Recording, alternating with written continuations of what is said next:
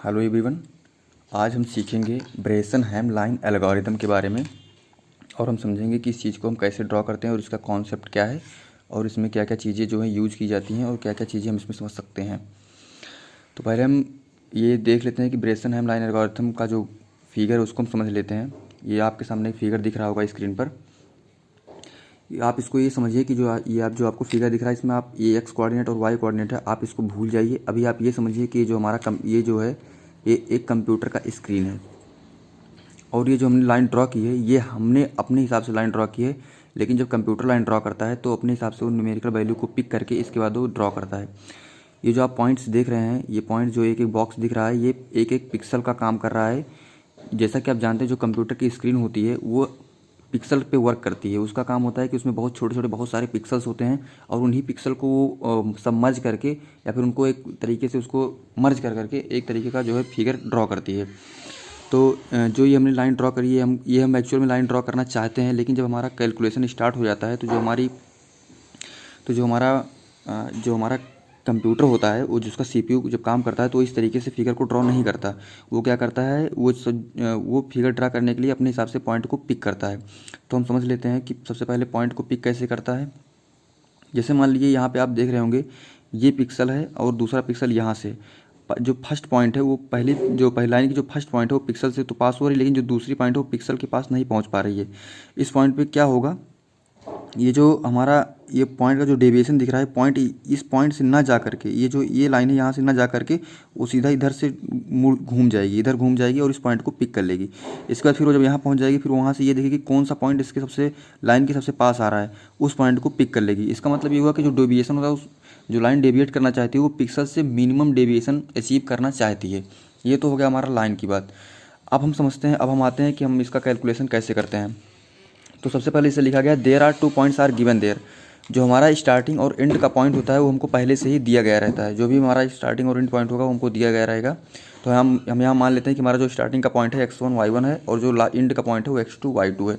जो कि इस फिगर में अगर हम देखना चाहें तो इस फिगर में यहाँ ये जो हमारा है ये हमारा पॉइंट है x2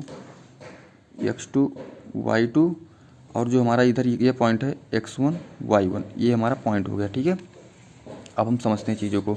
इसके बाद क्या करेंगे, हम इस पॉइंट्स की हेल्प से हम क्या करेंगे, लाइन का स्लोप फाइंड कर लेंगे। जो लाइन का स्लोप आएगा y2 माइनस y1 अपान x2 माइनस x1 के हिसाब से, जैसा कि आपने पढ़ा भी होगा, जो आप पढ़ते हैं ज्योमेट्री में पढ़ते हैं, तो वहाँ से ये चीज़ हम फाइंड कर लेंगे। इसके बाद हम देखते हैं कि डेविएशन पैरामीटर क्या होता है। डेविएशन पैरामीटर यानी कि एरर क्या है हमारा। तो जो भी पॉइंट है जो हम ड्रा करना चाहते थे वो इस पॉइंट से ड्रा करना चाह रहे थे। पॉइंट हम चाहते थे यहाँ से आए, लेकिन क्या हो रहा है कि पॉइंट ना तो ये यहाँ से जा रहा है ना यहाँ से, ये एक्चुअल में यहाँ से जाएगा ही नहीं, वो जाएगा इस पॉइंट को पिक करते। जब ये लाइन यहाँ से ड्रॉ करेंगे तो उसके पास वाले पिक्सल को पिक कर लेगा। इसका मतलब ये होगा कि ये लाइन यहाँ इस पॉइंट पर जाके पहुँच जाएगा, यहाँ से डेविएट होकर यहाँ चला जाएगा। तो वो जो डेविएशन हो रहा है, जो वो डेविएशन आप देख रहे हैं, वो डेविएशन ही कितना डेविएट हो रहा है, लाइन अपने एक्चुअल पाथ से कितना डेविएट हो जा रहा है जब वो पिक्सल को पिक कर रहा है, उसको हम बोल देते हैं डेविएशन पैरामीटर। डेविएशन पैरामीटर को फाइंड करने का जो फार्मूला होता है वो होता है E=DB माइनस DA।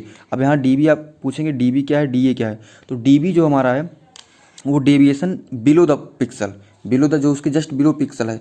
जो हमारा आप देख रहे हैं फिगर में ये जो पिक्सल है ये जो पिक्सल ये इस लाइन से देखो कितना डेविएट हो रहा है, ये हमारा DB, ये जो डिस्टेंस है ये हमारा है DB। और इसी के जो ऊपर ये जो इतना ये वाला दिख रहा है गैप, ये जो ऊपर वाला गैप दिख रहा है ये हमारा हो जाता है DA। ठीक है, ये चीज़ समझ में आ गई आपको। अब इसमें 2 कंडीशंस बन सकती हैं।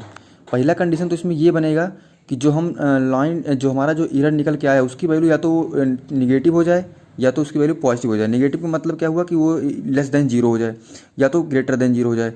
तो जब लेस देन 0 हो जाएगा, जब E की वैल्यू लेस देन 0 हो जाएगी उस टाइम पे DB जो होगा छोटा होगा DA से। अब इसको समझने के लिए क्या करते हैं, हम मान लेते हैं कि DB की वैल्यू 1 है और DA की वैल्यू 2 है। इस करेंगे तो हमारी वैल्यू नेगेटिव आ जाएगी, मतलब -1 आ जाएगा। इसी तरीके से हम देखते हैं जब हमारा E की वैल्यू है जब वो पॉजिटिव आती है उस टाइम पे क्या होता है कि अगर मान लेते हैं हम DB की वैल्यू 2 है, ध्यान से सुनिएगा, DB की वैल्यू 2 है और DA की वैल्यू 1 है, तो जब 2 में से 1 माइनस करेंगे तो वैल्यू हमारी पॉजिटिव आ जाएगी। तो ये चीज़ आपको समझ में आ रहा होगा, ये चीज़ें क्लियर हो रही होंगी। इसके बाद हम क्या करते हैं, अब हमको फाइंड करना होता है नेक्स्ट इसमें। अच्छा हाँ, एक्चुअली हम ये जो चीज़ें कर रहे हैं किस लिए कर रहे हैं, इस चीज़ को हमको पहले समझना होगा। हम ये चीज़ें इसलिए कर रहे हैं चूँकि हमको क्या चाहिए, हमको लाइन का नेक्स्ट पिक्सल फाइंड करना होता है। कि जो हमारा लाइन है वो किन किन पिक्सल पॉइंट को होते हुए जा रहा होगा, मतलब कि वो हमारा जो लाइन ड्रॉ हो रही है वो प्रत्येक पॉइंट पर, वह हर एक पॉइंट पर वो किस पिक्सल को पिक कर रही होगी लाइन को बनाते टाइम पे। जैसे मान लीजिए अगर हमारा पहला पिक्सल आ रहा है एक्स और कोऑर्डिनेट पे मिला के अगर 1,1 पे आ रहा है, तो दूसरा वाला पिक्सल किस पॉइंट पे आ रहा होगा, 1,2 पे आ रहा होगा, 2,1 पे आ रहा होगा। इस चीज़ को फाइंड करने के लिए हम ये सब चीज़ें कर रहे हैं। तो इसके बाद क्या करेंगे, तो हम अब हमने जैसे यहाँ से डेविएशन देख लिया, स्लोप पहले हम निकाल चुके थे, स्लोप निकाल लिया था हमने, फिर हमने यहाँ से डेविएशन निकाल लिया। अब हम क्या करेंगे, सबसे पहले फोकस करेंगे अपने स्लोप पर कि हमारा स्लोप किस तरीके से आया, स्लोप का नेचर क्या। स्लोप का नेचर दो तरीके से हो सकता है, या तो स्लोप की वैल्यू 1 हो सकती है, ग्रेटर देन 1 हो सकती है, या तो फिर ग्रेटर देन 1 से छोटा यानी कि लेस देन 1 हो सकता है। ठीक है, तो दो तरीके की स्लोप हमारी आ जाएंगी।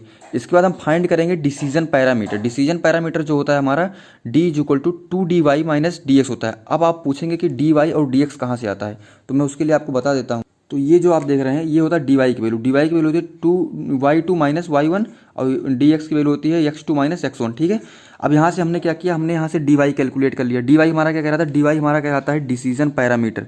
ये इसको मैं अंडरलाइन कर दे रहा हूँ, ये आपका है डिसीजन पैरामीटर। ठीक है, अब हम क्या करते हैं, अब हम यहाँ से देखेंगे कि हमारे पास कितनी कंडीशंस बन रही हैं। हमारे पास बेसिकली दो कंडीशन बन रही है, मेनली दो कंडीशन क्या है, दो कंडीशन हमारी, या तो स्लोप की वैल्यू 1 से बड़ी हो जाए या स्लोप की वैल्यू 1 से छोटी हो जाए। अब यहाँ आपको दिमाग में यह आना चाहिए कि हम अभी तक तो कह रहे थे 0 से बड़ा 0 छोटा, स्लोप में हम 1 क्यों कह रहे हैं। तो इसके लिए आपका सिंपल सा ये समझिए, जब चीज़ें अपान में होती हैं, जब चीज़ें अपान में होती हैं मतलब कि जब चीज़ें अंश और हर के फॉर्म में होती है, अगर हम हिंदी में बात करें अंश और हर यानी कि डिनोमिनेटर एंड नोमिनेटर के फॉर्म में होती हैं, तो क्या होता है हमारी जो हम कंपैरिजन करते हैं वो 1 से करते हैं। अगर मान लीजिए यहाँ ऊपर अगर इसका डिफरेंस 5 आ रहा होगा और नीचे इसका डिफरेंस 3 आ रहा होगा, तो 5/3 इसका मतलब क्या होगा 1 से बड़ा आ गई, तो m की वैल्यू क्या होगी 1 से ज़्यादा हो जाएगी। बट अगर यही चीज़ अगर y2 माइनस y1 की वैल्यू 3 आ रही होगी और नीचे 5 आ रहा होगा, तो 3/5 मतलब लेस देन 1 आ जाएगा। ठीक है, तो इसलिए हम इसका 1 से कंपेरिजन करते हैं। तो यहाँ से हमारा दो कंडीशन आएगा, एक तो आएगा m की वैल्यू लेस देन 1 या फिर m की वैल्यू ग्रेटर देन 1। इसके बाद क्या होगा, एक तो कंडीशन ये होगी, दूसरी कंडीशन क्या बनेगी, जो हमने डिसीजन पैरामीटर निकाला, जो यहाँ आप देख रहे हैं, जो यहाँ आप ये देख रहे हैं डिसीजन पैरामीटर। डिसीजन पैरामीटर की वैल्यू दो वैल्यूज आ सकती हैं। पहला तो आ सकता है कि डिसीजन पैरामीटर की वैल्यू 0 से छोटी हो, दूसरा आ सकता है कि डिसीजन पैरामीटर की वैल्यू 0 से बड़ी हो। अभी आप इस चीज़ को मत देखिए, इसको अभी आप मत देखिए थोड़ी देर के लिए, आप पहले केवल इतने पे फोकस करिए। जब डिसीजन पैरामीटर और पहले हम बात करते हैं स्लोप, जब स्लोप की वैल्यू लेस देन 1 होगी, तो बेसिकली अब हम इसके बाद चेक करेंगे, पहले हम चेक कर लेंगे कि स्लोप कितना है। अगर मान लीजिए स्लोप हमारा 1 से छोटा आ जाता है, तब इसके बाद हम चले जाएंगे डिसीजन पैरामीटर पे, देखेंगे कि डिसीजन पैरामीटर की वैल्यू 0 से छोटी है या फिर 0 से बड़ी है। अगर डिसीजन पैरामीटर की वैल्यू 0 से छोटी है, तो हमारा जो पहला पिक्सल के आगे वाला नेक्स्ट पिक्सल होगा, मतलब पिक्सल xi+1 वाला, वो हमारा xi, जो पिक्सल xi की वैल्यू होती है उसमें 1 ऐड हो जाएगा। और दूसरा y1 में क्या होगा, y जो y कोऑर्डिनेट पे जो हमारा नेक्स्ट पिक्सल आएगा उसमें कोई भी चेंज नहीं होगा। जो पहला वाला होगा, जो y0 की वैल्यू रहेगी वो हमारा y1 की वैल्यू हो जाएगी, या फिर जो y1 की वैल्यू होगी वो y2 की वैल्यू हो जाएगी इस कंडीशन में। और जो हमारा डेविएशन नेक्स्ट डेविएशन पैरामीटर आएगा या डिसीजन पैरामीटर, जो नेक्स्ट डिसीजन पैरामीटर आएगा वो d0 पहला वाला पैरामीटर जो यहाँ से वैल्यू कैलकुलेट की गई होगी प्लस dy हो जाएगा। ठीक है, और बाद में देखते हैं इस कंडीशन में, तो जो हमारा d ग्रेटर देन 0 आ रहा है या फिर ग्रेटर देन 0 या फिर इक्वल टू 0 अगर आ जाएगा, तो हमारा जो पिक्सल की वैल्यू होगी वो हमारी एक पिक्सल आगे यानी कि नेक्स्ट पिक्सल को पिक कर लेगी, मतलब xi+1 हो जाएगा। और yi+1 में भी y के भी कोऑर्डिनेट में हम 1 का इंक्रीमेंट कर देंगे। और इसके बाद जो हमारा जो हमारा डिसीजन पैरामीटर आएगा वो d0 + 2 dx minus dy, 2 time dx minus dy हो जाएगा। अब इसको समझिए, ये जो हमारा ये जो d1 की वैल्यू आ रही है, अब हम d1 की वैल्यू को फाइंड करेंगे। अब अगर d1 की वैल्यू हमारी ग्रेटर देन आ जाती है, अगर हमारी d1 की वैल्यू जो इतना कैलकुलेट करने के बाद अगर ग्रेटर देन 1 आता है, तब तो हम फिर से ये वाली कंडीशन लगाएंगे।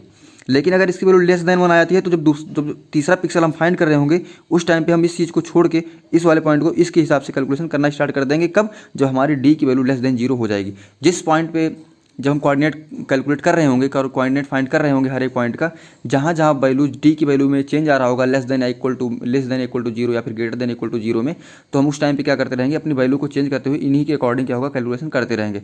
अब हम बात कर लेते हैं m is greater than or equal to 1 की। जब हमारा m equal to or greater than 1 हो जाता है उस टाइम पे हमारा क्या होता है, जो सेम जो ये आपने लेस देन वाला केस पढ़ा है उसका सेम उल्टा हो जाता है, उसका रिवर्स हो जाता है। तो हमारा क्या होगा, जो हमारा नेक्स्ट पिक्सल होगा वाई एक्स में उसमें कोई चेंज नहीं होगा, वाई वाले कोऑर्डिनेट में एक ऐड हो जाएगा, इंक्रीमेंट हो जाएगा। और D1 के जो D0 प्लस 2dx, यहाँ जैसे आपने देखा था 2dy था, यहाँ 2dy था, तो यहाँ 2dx हो जाएगा।